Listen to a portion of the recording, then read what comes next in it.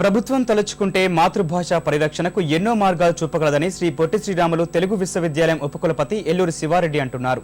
పరిపాలన భాషకు సంబంధించి తెలుగులో ఎన్నో తర్జుమాలు ఉన్నా వాటిని వినియోగించుకోలేని పరిస్థితిలో ప్రభుత్వం ఉన్నందున అవి నిరాదరణకు గురవుతున్నాయని ఆవేదన వ్యక్తం చేస్తున్నారు. ప్రపంచ తెలుగు మహాసభల సందర్భంగా శివారెడ్డితో ఈటీవీ ముఖాముఖి ఇప్పుడు చూద్దాం.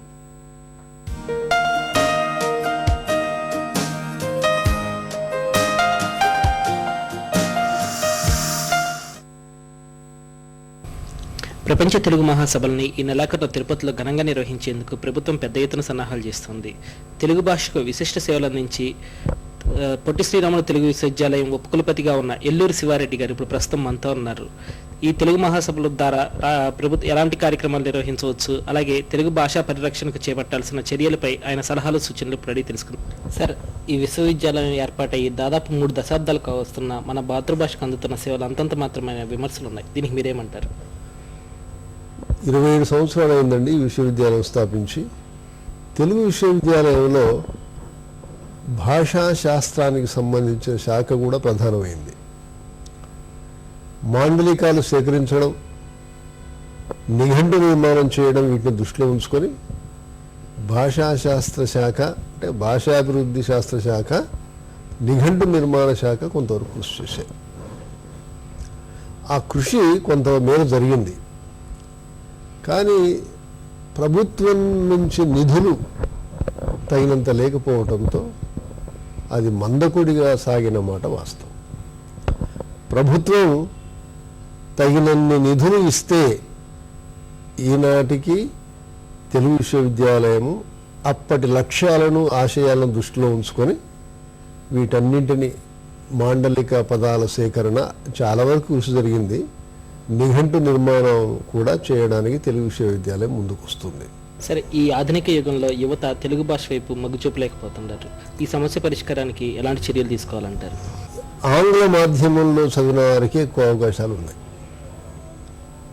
మన కేంద్ర ప్రభుత్వం వాళ్ళు అనుసరిస్తున్న విధానాలు, రాష్ట్ర ప్రభుత్వంలో కొందరు అనుసరిస్తున్న విధానాల వల్ల ఇంగ్లీష్కే ప్రాధాన్యం ఉంది ఇప్పుడు.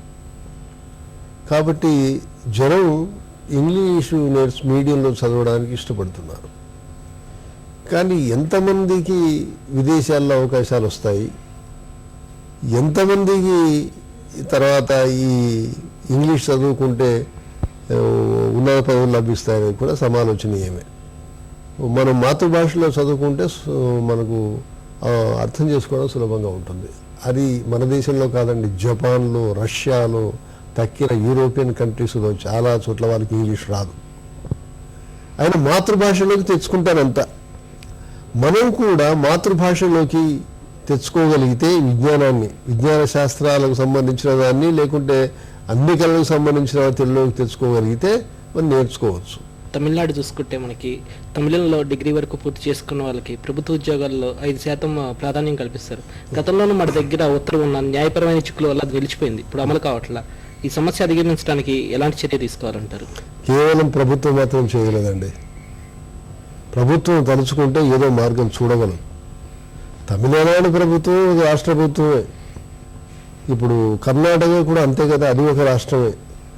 వాళ్ళు రాష్ట్ర భాషలకు లేకుంటే వాళ్ళ మాతృభాషలకు ఇచ్చినంత ప్రాధాన్యం మనం తెలుగుకి ఎందుకు ఇవ్వడం లేదు? ప్రభుత్వం చొరవ చూపిస్తే తమిళంలో, కన్నడంలో లాగా తెలుగులో కూడా అది అసాధ్యమేమీ కాదు, మనం చేసుకోవచ్చు. కానీ కేవలం ప్రభుత్వ చర్యల్లో ఉన్నది, ప్రభుత్వం తీసుకున్న చొరవలో ఉంది. భాషాభివృద్ధికి తమిళులు కొత్త ప్రయోగాలు చేస్తున్న రీతిలో మన వాళ్ళు ముందుకెళ్ళట్లేదు. దీనికి మీరేమంటారు? వాళ్ళకు భాషాభిమానం ఎక్కువ అండి. జీతాలకు కూడా చాలని పరిస్థితిలో ఉంది విశ్వవిద్యాలయం. ఏ అభివృద్ధి కార్యక్రమాలు చేపట్టగలదండి? తమిళులు 100 కోట్లు, నేను విన్నది అంటే 300 కోట్ల పైగా ఇచ్చారండి భాషాభివృద్ధి కోసం. కన్నడ దేశంలో 160 కోట్లు, 200 కోట్లు ఇచ్చారట. మనకు మాత్రం అది లేదే. 37 ఏళ్ల క్రితం హైదరాబాద్ లాల్ బహదూర్ స్టేడియంలో జరిగిన ప్రపంచ తెలుగు మహాసభలకు మీరు హాజరయ్యారు. మళ్ళీ ఇప్పుడు తాజాగా ఈ ప్రపంచ మహాసభలను చూస్తున్నారు. అప్పటికి ఇప్పటికీ నిర్వహణలో మీరు గమనించిన తేడాలు ఏమిటి? అప్పుడు అత్యంత వైభవంగా, మహాద్భుతంగా జరిగిన సభలు. వాళ్ళ ప్రణాళిక వేరు. ఒక్క సంవత్సరం కష్టపడ్డారు, ఒక్క సంవత్సరం పాటు ప్రణాళిక వేసుకున్నారు, చాలా చక్కగా వచ్చాయి. అప్పుడు విద్వాంసులకు కొదవలేదు, పరిశోధకులకు కొదవలేదు, అంత అద్భుతంగా చేశారు. ఒక నిబద్ధత ఉండేది వాళ్ళకి, ఒక కమిట్మెంట్ ఉండేది. తప్పకుండా చరిత్ర, ఆంధ్ర చరిత్ర ఇలా ఉండే ఒక కమిట్మెంట్ ఉండేది.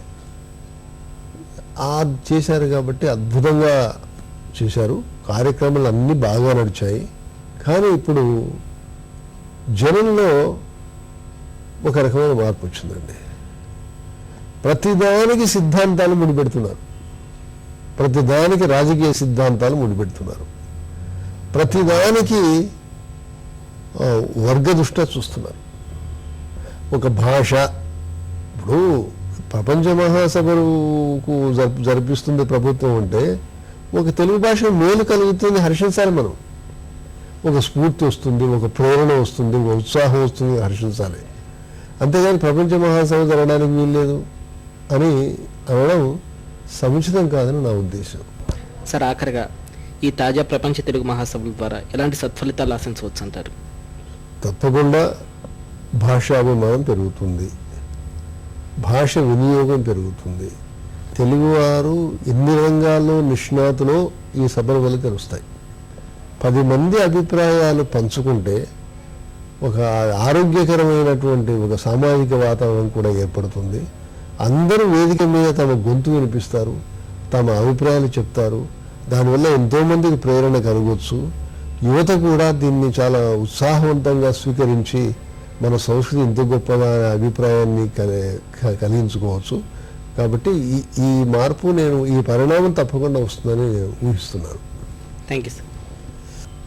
మాటల్లో కనబరిచిన శ్రద్ధ ప్రభుత్వం చేతల్లో చూపించి తగు రీతిలో నిధులిచ్చి ప్రోత్సహిస్తే తెలుగు భాషా పరిరక్షణకు ఎంతో మేలు జరుగుతుందన్నది ఎల్లూరు శివారెడ్డి గారి భావన.